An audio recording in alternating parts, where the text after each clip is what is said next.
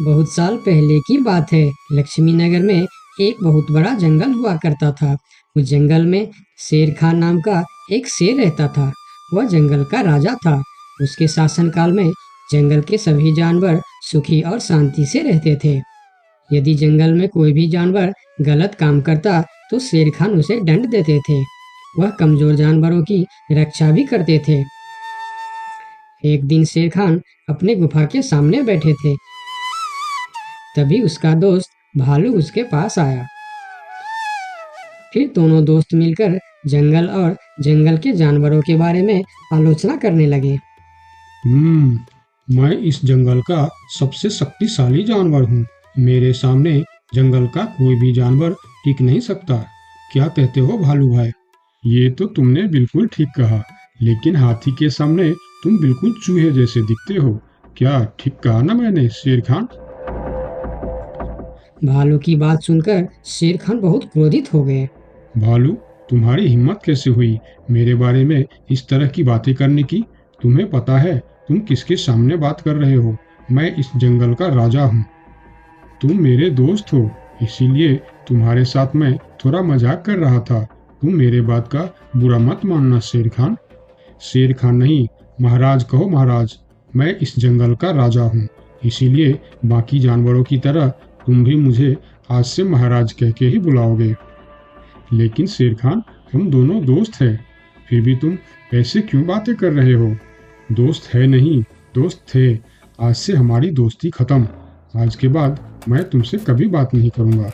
दोस्त कहकर मेरे सामने कभी मत आना। चले जाओ यहाँ से। अपने दोस्त का इस व्यवहार से भालू बहुत दुखी हुआ और वह वहां से चला गया। उसी जंगल में गोलू नाम का एक बंदर भी रहता था।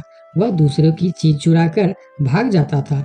एक दिन गोलू की चोरी करते समय शेर खान के एक सिपाही के द्वारा पकड़ा जाता है और उसे शेर खान के सामने विचार के लिए लाया जाता है। गोलू को देखकर शेर खान कहते हैं, गोलू, तुम्हारी चोरी की किस्से जंगल के दूर दूर तक मशहूर है। तुम जानवरों के घर में ही नहीं, बल्कि मेरे दरबार में भी बहुत चीज चोरी की है। इसीलिए मैं तुम्हें पहाड़ से गिराकर मारने की सजा घोषित करता हूँ। आज से ठीक 2 महीना बाद तुम्हें पहाड़ से गिराकर मार दिया जाएगा। अपनी मौत की सजा सुनकर गोलू बहुत रोने लगा और बोला, महाराज, मैं अब कभी चोरी नहीं करूंगा। मुझे माफ कर दीजिए महाराज। मेरे घर में छोटे छोटे बच्चे हैं, मुझे छोड़ दीजिए महाराज।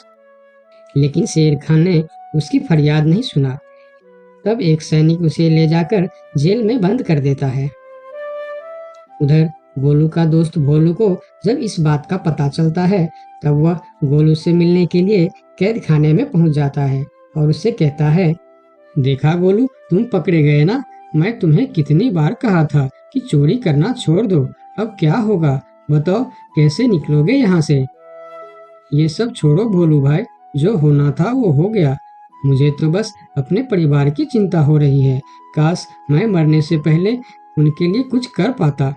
मेरे छोटे छोटे बच्चे हैं, बीवी है, अब उन सब का क्या होगा?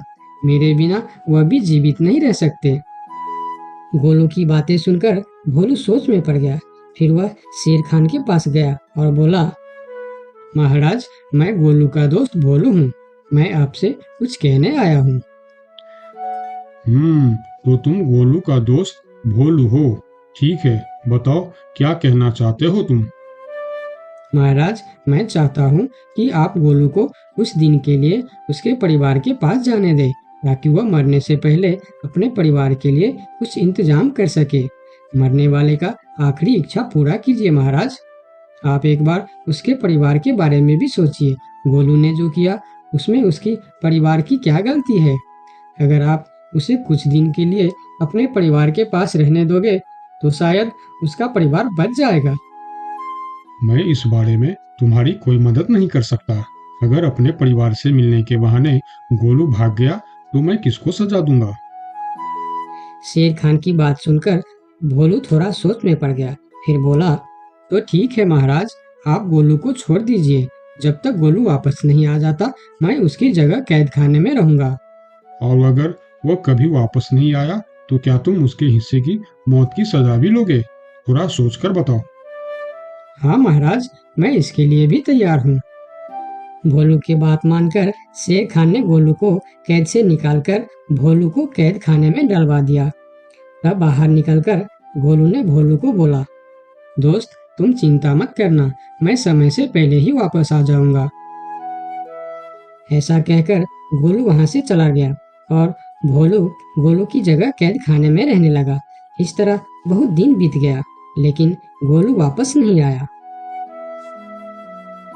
तब एक दिन शेर खान भोलू के पास आया।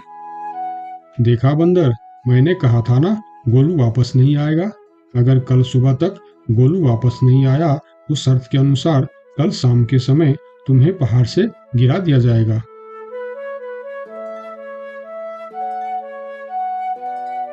अगले दिन भी जब गोलू वापस नहीं आया, तब शेर खान और उनके सैनिक भोलू को लेकर पहाड़ के किनारे पर गए।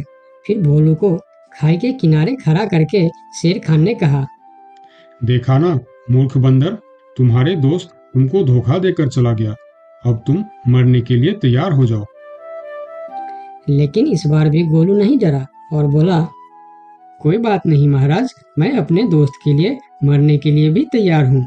मैं यह जानकर बहुत खुश हूँ कि मेरा दोस्त अपने परिवार के साथ खुश है। मेरे आगे पीछे और कोई नहीं है, मैं तैयार हूँ महाराज। शेर खान और भोलू के बीच बातचीत चल ही रही थी कि तभी थोड़ी दूर पर गोलू उनके और आता हुआ दिखाई दिया। फिर पास आकर उसने बोला, तुम्हें ऐसा करने की कोई जरूरत नहीं है दोस्त। तुमने मेरे लिए जो किया उसके लिए तुम्हारा बहुत बहुत शुक्रिया। अब मैं अपनी सजा पूरी करने के लिए तैयार हूँ। महाराज छोड़ दीजिए मेरे दोस्त को। गोलू, तुम्हें वापस आने की क्या जरूरत थी? मैं यह सजा ले लेता था। तुम्हारे घर में छोटे छोटे बच्चे हैं, बीवी है, उनका क्या होगा? मेरे परिवार में मेरे अलावा और कोई नहीं है, इसीलिए यदि मैं मर भी जाऊं तो मेरे लिए किसी को कोई दुख नहीं होगी। तुम यहाँ से चले जाओ। नहीं दोस्त, गलती मैंने की है, इसीलिए सजा भी मुझे ही मिलनी चाहिए। उन दोनों की दोस्ती को देखकर शेर खान सोचने लगे, ये दोनों अपने दोस्ती के खातिर एक दूसरे के लिए जान देने के लिए तैयार है, और मैं एक छोटी सी बात के लिए अपने सबसे अच्छे मित्र भालू से दोस्ती तोड़ दी। यह मैंने बहुत बड़ा गलती कर दी। मुझे इसका प्रायश्चित करना ही होगा। किसी को मरने की कोई जरूरत नहीं है।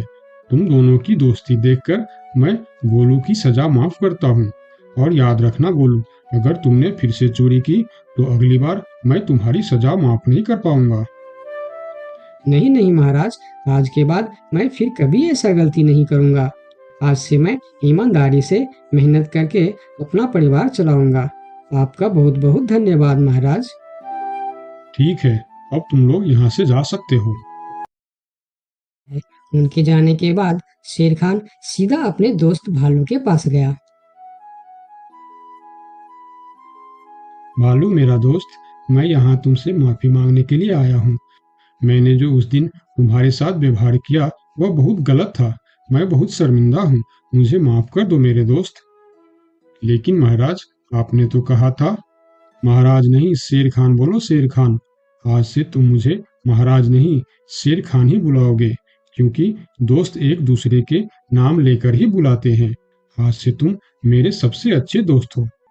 गोलू और भोलू की दोस्ती देखकर शेर खान को अपनी गलती का एहसास हुआ और उसने भालू से माफी मांगी और दोनों फिर से दोस्त बन गए।